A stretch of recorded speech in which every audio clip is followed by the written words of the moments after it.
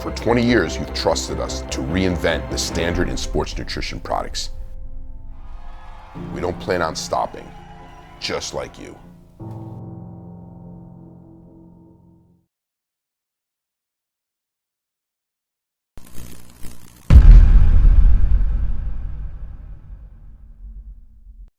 Hey guys, what's up again? You guys are gonna watch me do some legs today. My name is Douglas Fouché. We're here at Gold's, Venice, the Mecca. We got Cyrus here, who can train with us, and Phil as well. We're gonna start with some heavy hack squats, really push the weight, but we're gonna talk a little bit about the form that we use while we do them. Make sure we keep them mechanically sound. It's gonna be a good quad focused leg day. Probably finish with some squats and some hamstring curls. Make sure it's all nice and rounded out. But anyway, enjoy the ride. All right, last warm-up set for me. We like to warm up real slow, especially because we're starting on hack squat, which these guys are kind of mad at me for making them start on hack squat. But alas, we started on hack squat. So the last video we shot, one of the YouTube comments, which I know we're not supposed to put much stock in those, but said that I was breathing heavy like Rich Piana, rest his soul. Probably the main reason for that is simply because I wear a belt when I'm training all the time, so I really focus on breathing through my chest. As bodybuilders, we really try to focus on keeping our gut tight and not distended. So if it looks like that, I really take pretty short breaths through my chest as much as possible, keeping the stomach from moving, and the belt helps with that. So there you go. All right, so we got 5 plates and 100 on each side for this first working set. We're gonna do 10 reps. So we warmed up 1, 2, 3, nice and easy, you know, really not even trying. So now this is my first working set. So we got 5 plates and then 100. I'm gonna go wrap my knees and we'll hit it. I'm the only guy that I train with that uses knee wraps. So they all sit around waiting for me. It's very considerate of them. Same time, you can't rush wrapping your knees. Gotta be safe. We wanna do this forever, not just for the rest of the month. So this and barbell squats are pretty much the only 2 exercises that I use knee wraps for, and that's simply just because they're the ones I feel the most in my knees. But, you know, I do use them. Make fun of me if you want.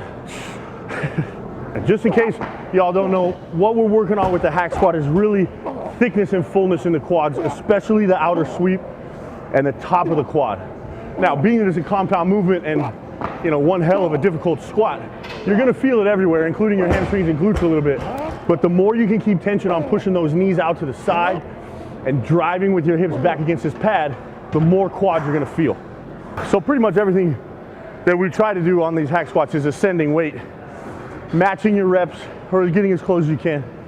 This isn't one of those powerlifter type workouts where it's like, all right, we got 3 sets of 6 at 80% or something like that. No, it's 3 sets of however many you can at however much you can.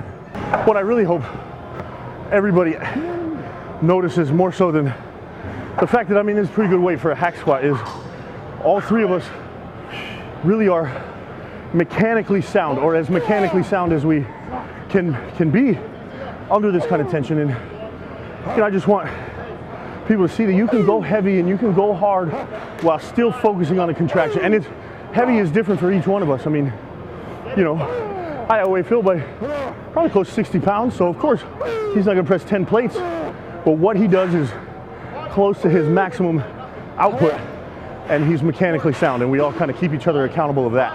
That's it. Come on. One more.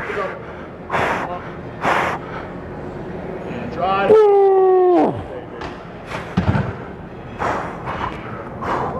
I love the fact that this is the same hack squat in the same spot that Flex Wheeler and Chris Cormier and Jay Cutler, and I mean, I'm sure it's moved around since Robbie Robinson. I mean, he still trains here.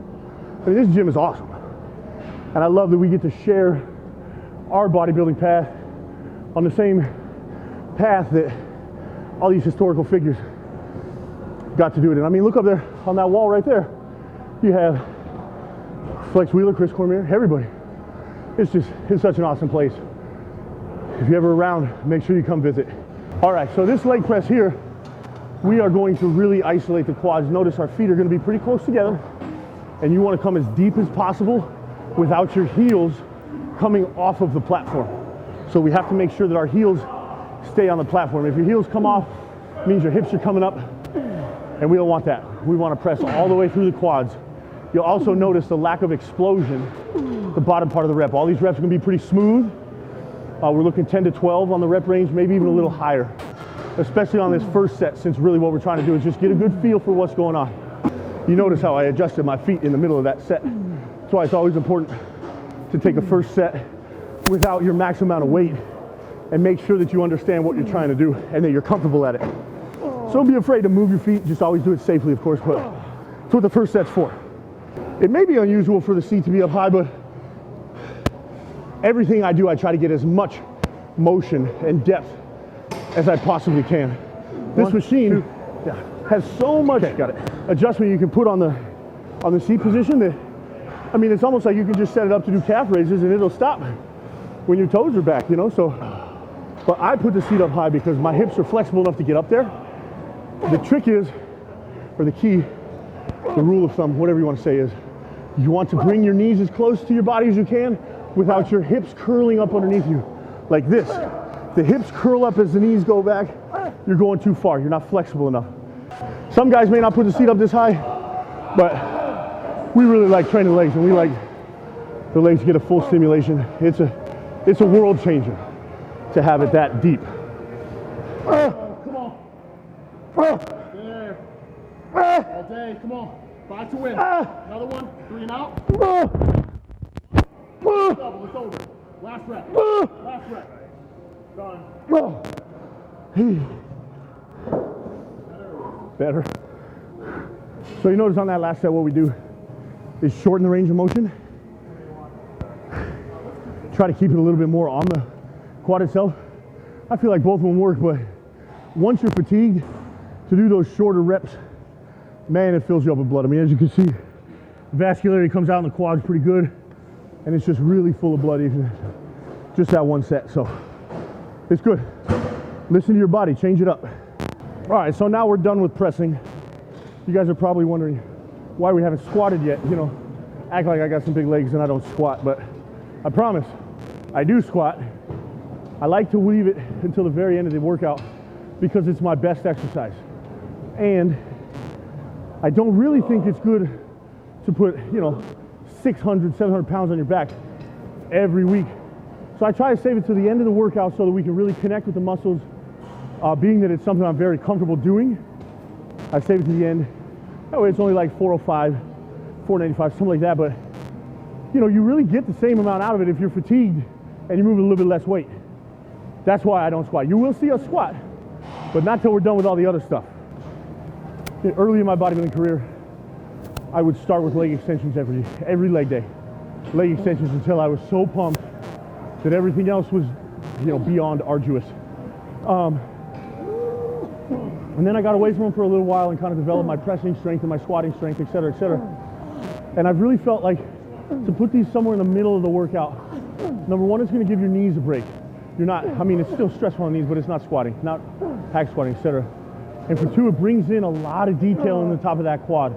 The vastus medialis, the lateral, all the separations you see from the front is bred basically here, or brought out here. It's bred with heavy weight, but it's really brought out here. So it's very important we do these, and it's very important you get a good stretch at the bottom and a good contraction at the top. Never losing tension in the quad. The goal for your set should be tension all the way through the 15 reps. This is not something you need to go heavy on either, I should note that. I don't think I'll go heavier than 3/4 of a stack of the weight stack for 15 reps. I just don't believe that you need it any heavier than that. If you're doing it correctly with the proper contraction and the proper squeeze, there's no need for 300-pound leg extensions. That's just going to tear up the cartilage in your knees, and well, we'd like to keep our knees, as I said earlier. So do about 3-4 sets here, see how it goes, and then it's squat time. So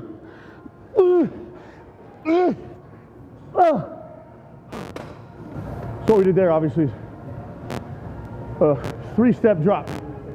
We're in 3 sets, 10 reps. Obviously that last set, you just go until you can't. All right, so here we are. Squats. Finish up the workout with squats, like I said just a few minutes earlier. That way we don't have to squat so heavy and we can really focus on the mechanics of the squat. The squat, in my opinion, is a very intricate thing. I've always connected with it more when I slow it down a little bit as opposed to all the other stuff. So we're gonna do here, I do a set of 225, 6-7 reps, maybe 8, and then we're gonna go up to about 405. You know, what we'll do today is 3 sets of 8 working sets, so this first set doesn't count. Train pretty hard and heavy. It may seem as though I care more about mass than symmetry and aesthetics, but really that's not the case. And it goes back to what I talk about with the proper mechanics when we're training. What I feel like I've been able to do, especially over the past year or two, is really take the principles I learned early on in bodybuilding with regards to form and the musculature of the body and how it's supposed to work. And I've been able to translate that into the heavy weight that I use. But every day I'm focused on a small waist, round muscle bellies, full chest and shoulders, and full legs. And that hourglass shape that us bodybuilders are looking for. That never leaves my focus. Now, I train hard because I love to train hard. It's just my favorite thing to do. And I train heavy because I love to train heavy and I love being strong, but that never, you know, the physique part of this sport never leaves my mind. And I always try to do abs, calves, and forearms and all the little stuff before every workout and make sure that all of that is included so that I'm a well-rounded athlete. I mean, conversely, you look at a guy that's just a mass monster that doesn't have any shape, or a guy that doesn't have any size but great shape. I mean, both of them are equally bad, in my opinion. You know, we have to be a well-rounded athlete, and that's what I always try to focus on. And I just try to make sure that those two are combined throughout my workouts, and that I'm still doing things I like to do, like squatting and deadlifting and incline pressing and all that heavy stuff. But you just got to do it with the right fundamentals.